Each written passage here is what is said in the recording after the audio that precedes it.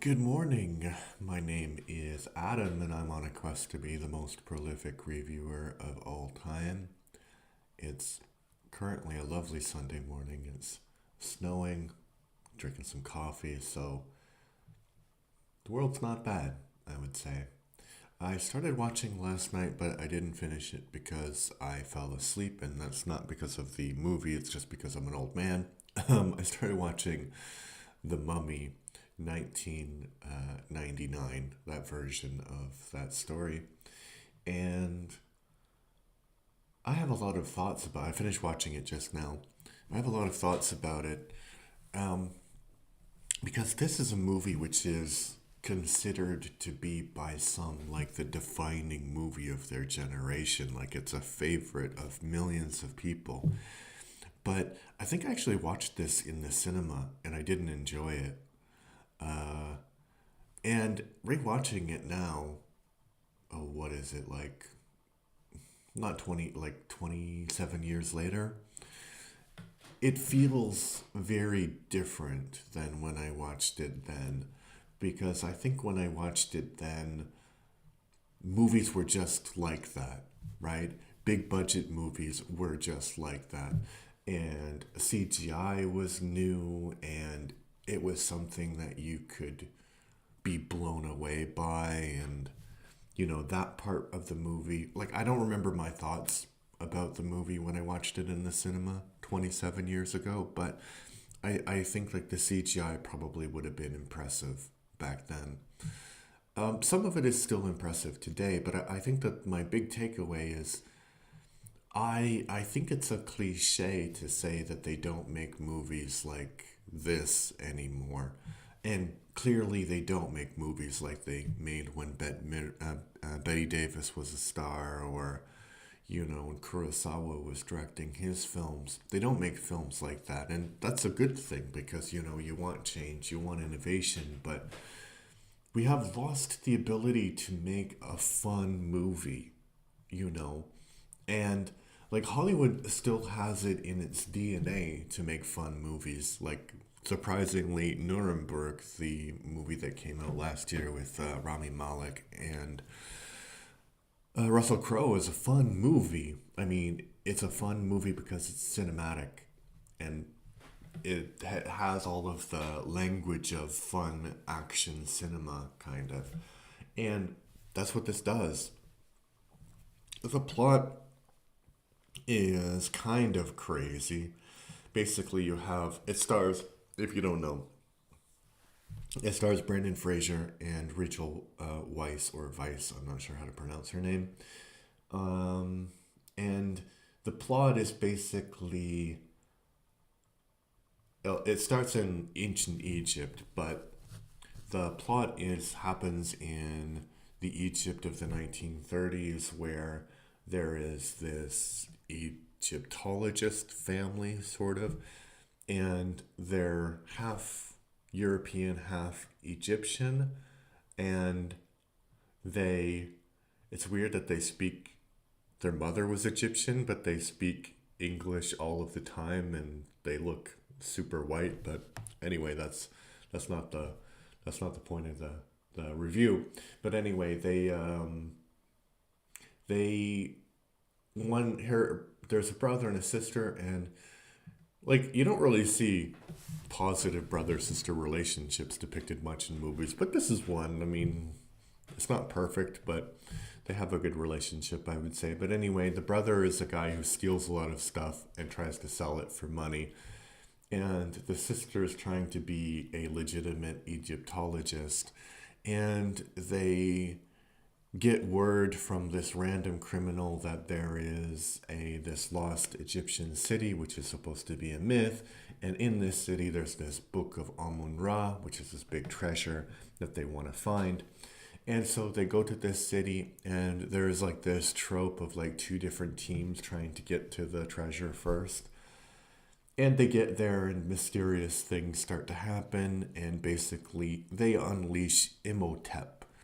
And this is I think where the story, the movie actually is elevated, because it's not a remake of the 1930s version of The Mummy. The story is completely original, but it's based obviously on Egyptian myth. So the Imhotep is this priest who is in love with the mistress of the pharaoh, and he is discovered, so he is buried and cursed, and the mistress is also killed.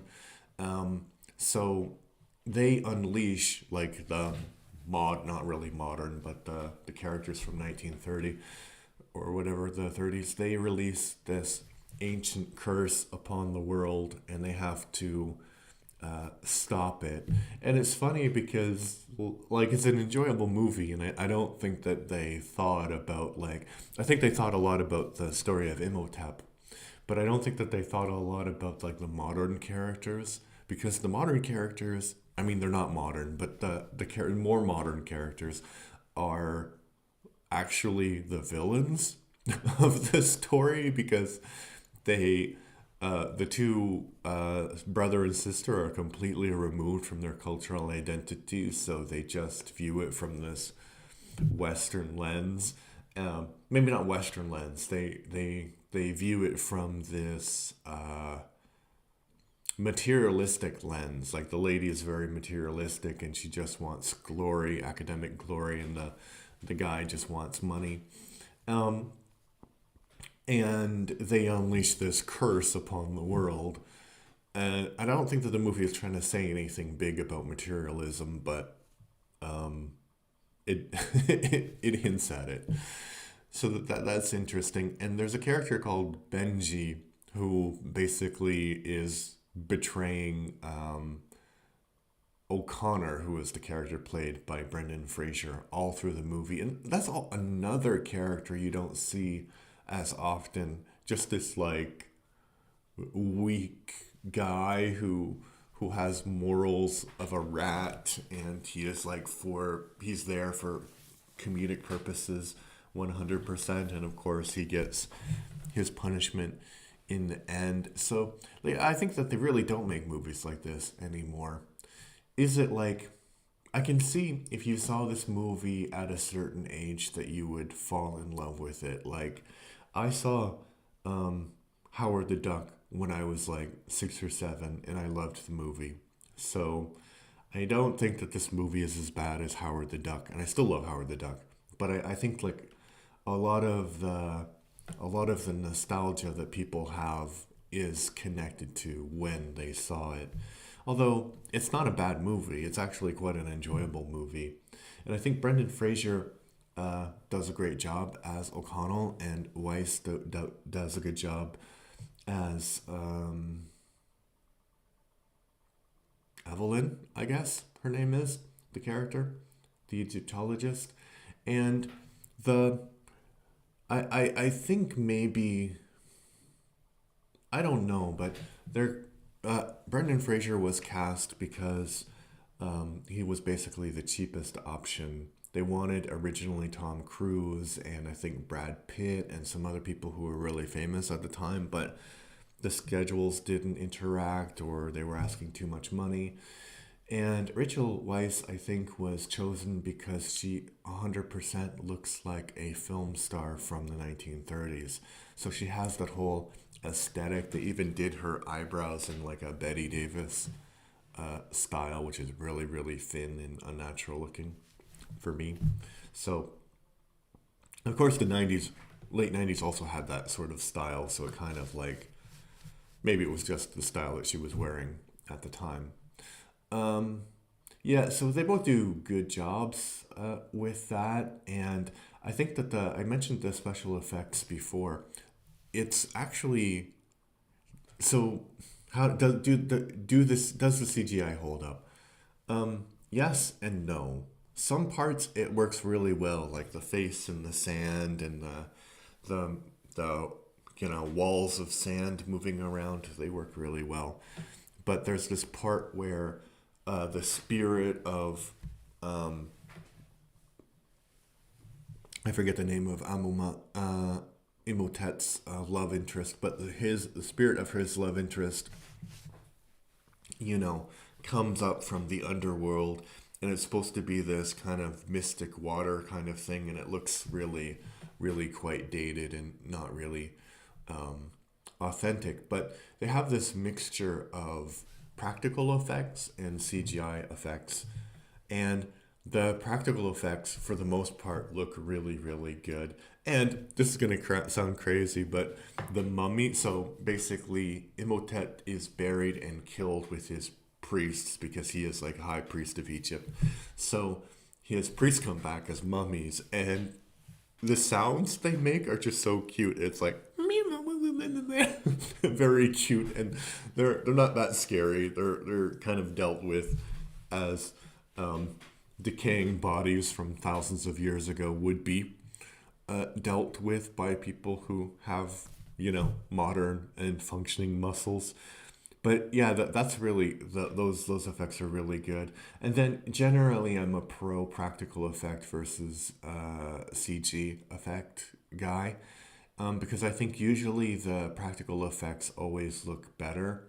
And this practical effect that I'm going to mention doesn't look bad or anything, but one thing that I always think is that practical effects look more natural, and it doesn't look natural. There's a part where they're at the very end they're leaving this cursed city, and it's collapsing because of booby traps and stuff, and a pillar falls, like a big stone pillar falls, and when it hits the sand it doesn't have the weight of what the pillar really would have in real life. So it's clearly like a fake prop kind of thing, and you can see it kind of bounce on the sand rather than thud into the sand.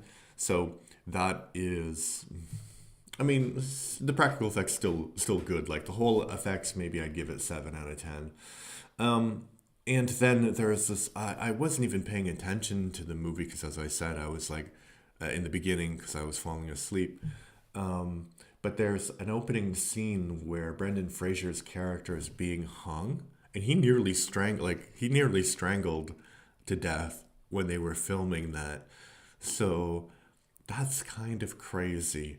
Like, imagine that's probably one of the worst moments of your life, right? And it's also in the biggest successes of your career. And I don't know if they kept that shot or not, but I didn't really notice that he was particularly more uncomfortable than he should have been because he was acting. But yeah, that's kind of crazy. Um, then, and you gotta remember also around the time, this was around the same time that Brendan Lee was killed when making the movie The Crow. So it wasn't, you know, safety of actors sometimes back then and now, unfortunately, is not paramount for productions because it's like they're creating a company each time you make a movie, and companies work because they have, collective experience and institutional experience. One other thing that I want to say about the movie before I finish the review is that another reason that they don't make movies like this anymore is because this movie was permitted to take a long time to develop. They originally wanted to make a remake of the 30s film in 1980, I believe, and they got to go ahead and they wrote a script, and then people were like, oh, no, this is not what we want. And they went through like 5 or 6 different scripts, and they gave it time.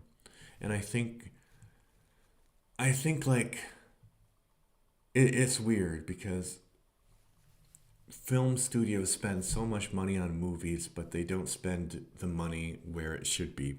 I think they spend it on promotion, or they spend it on visual effects, but they don't spend it on the actual scripts anymore. So yeah, I would say, I don't know. I don't think it's the best film ever, but it's certainly an enjoyable movie. I'd give it like 7 out of 10. And if you have seen it, I don't imagine there's anyone who hasn't seen this film, but if you haven't seen it, go watch it. Tell me what you think. If you've seen it, let me know your thoughts in the comment section down below. If you like what I do, please subscribe. I'm trying to get to 500 subscribers by the end of March, and we have currently 370 subscribers on YouTube. If you're listening on Spotify or any other, Spotify. If you're listening on Spotify, please give me a follow on Spotify. Thank you. Oh, sorry. Bye bye.